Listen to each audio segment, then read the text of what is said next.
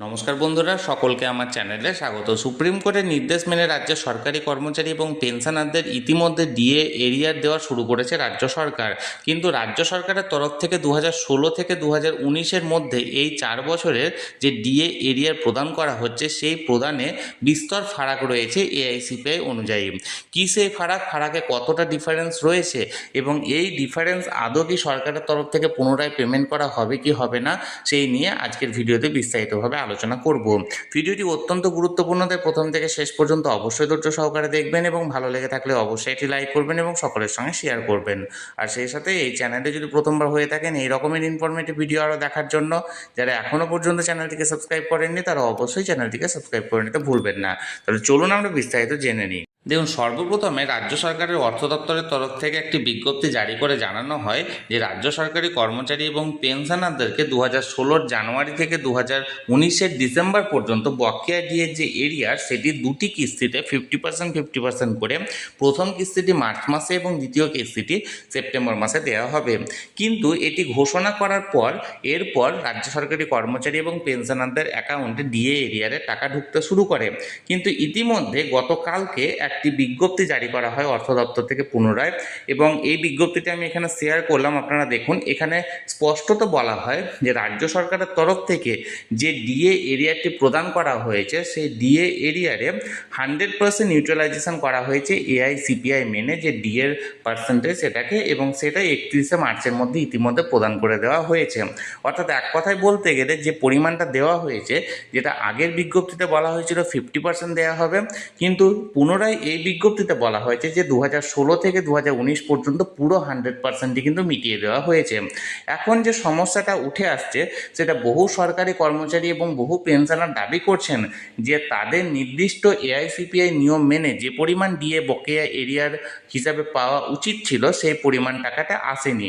এখানে কত টাকাটা ডিফারেন্স হচ্ছে, চলুন এবার এক নজরে আমরা দেখে নিই কত টাকা ডিএ ডিফারেন্স হচ্ছে। একটা দেখুন, আমি এখানে চার্টের মাধ্যমে আপনাদের সঙ্গে তুলে ধরেছি। দেখুন, ডিএ ডিফারেন্স 2016 থেকে 2019। দেখুন, জানুয়ারি 1, 2016-তে সেন্ট্রাল গভর্নমেন্টের কর্মীদের ছিল 125% ডিআরএস অ্যালাউন্সের পরিমাণ, রাজ্যের কর্মীদের ছিল 75%।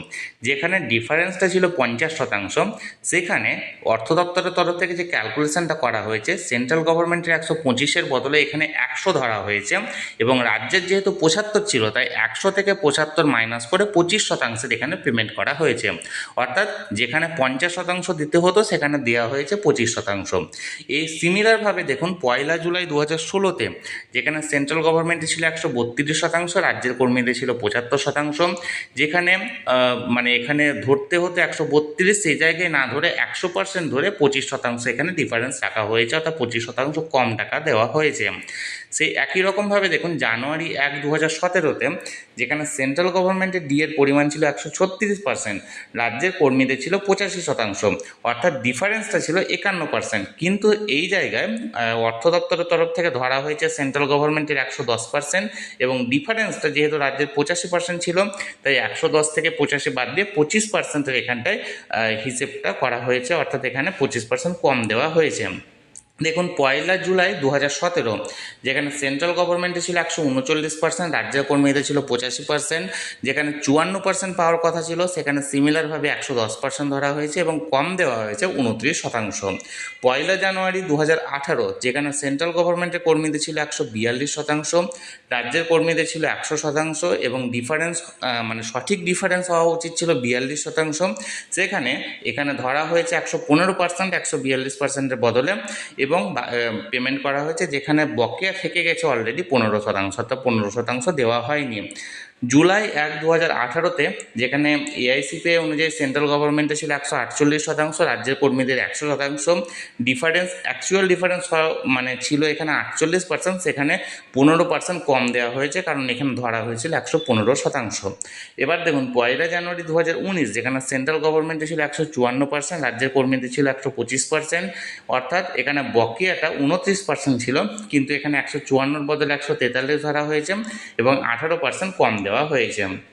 এবার দেখুন, জুলাই 1, 2019 থেকে 164% ছিল সেন্ট্রালের, রাজ্যের কর্মীদের ছিল 125, 39% হওয়ার কথা ছিল, কিন্তু এখানে ডিফারেন্সটা 18% কম দেওয়া হয়েছে। তাহলে এই একটি চার্টের মাধ্যমে, একটি সামগ্রিক চার্টের মাধ্যমে আমি এখানে তুলে ধরার চেষ্টা করলাম। এই চার্টটি অন্যতম মামলাকারী সংগঠন কনফেডারেশন অফ স্টেট গভর্নমেন্ট এমপ্লয়িজের সাধারণ সম্পাদক মলয় মুখোপাধ্যায় মহাশয়ের মানে এখানে ফেসবুক পেজে এটা তুলে ধরা হয়েছে। আমি সেখান থেকে এখানে কালেক্ট করে আপনাদের সঙ্গে তুলে ধরছি। অর্থাৎ এক কথায় বলতে গেলে রাজ্য সরকারের অর্থ দপ্তরের তরফ থেকে যে বিজ্ঞপ্তিটি জারি করা হয়েছে, সেই বিজ্ঞপ্তিতে বলা হয়েছে যে 2016 থেকে 2019 পর্যন্ত যে 4 বছরের বকেয়া ডিএর এরিয়ার সমস্ত টাকাটি কিন্তু রাজ্য সরকার প্রদান করে দেওয়া হয়েছে, অর্থাৎ অর্থ দপ্তরের তরফ থেকে প্রদান করে দেওয়া হয়েছে। এই মুহূর্তে আর এই 4 বছরের কোনো ডিউ নেই, কিন্তু আগামী দিনে সুপ্রিম কোর্ট নির্ধারিত অবসরপ্রাপ্ত বিচারপতি ইন্দু মালহোত্রার নেতৃত্বে যে কমিটি গঠন করা হয়েছে, সেই কমিটির সঙ্গে রাজ্য সরকারের যে উপদেষ্টারা আছেন তারা বসবেন এবং সেই অনুযায়ী কমিটি ডিসাইড করবে যে সঠিক নিয়ম মেনে এখানে, অর্থাৎ সঠিক এআইসিপিআই মেনে এখানে ডিয়ারনেস অ্যালাউন্সের এরিয়াটি প্রদান করা হয়েছে কি হয়নি। যদি সব কিছু ঠিক থাকে তাহলে কোনো কথাই নেই, আর যদি এই ভুল অনুযায়ী মানে কমিটি মেনে না নেয়, তাহলে আগামী দিনে রাজ্য সরকারের অর্থ দপ্তরকে পুনরায় যে বকেয়ার টাকাটি আছে সেটা কিন্তু প্রদান করতে হবে। তাহলে বন্ধুরা, এটি সরাসরি আমি আপনাদের সঙ্গে তুলে ধরলাম। এই ব্যাপারে যদি আপনাদের কোনো প্রশ্ন থাকে বা কোনো কিছু জানার থাকে অবশ্যই কমেন্ট করুন, আর ভিডিওটি ভালো লেগে থাকলে অবশ্যই একটি লাইক করুন এবং সকলের সঙ্গে শেয়ার করুন। আর সেই সাথে এই চ্যানেলে যদি প্রথমবার হয়ে থাকেন এই রকমের ইনফরমেটিভ ভিডিও আরও দেখার জন্য, যারা এখনও পর্যন্ত চ্যানেলটিকে সাবস্ক্রাইব করেননি তারা অবশ্যই চ্যানেলটিকে সাবস্ক্রাইব করে রাখুন। ধন্যবাদ, দেখা হচ্ছে পরের ভিডিওতে।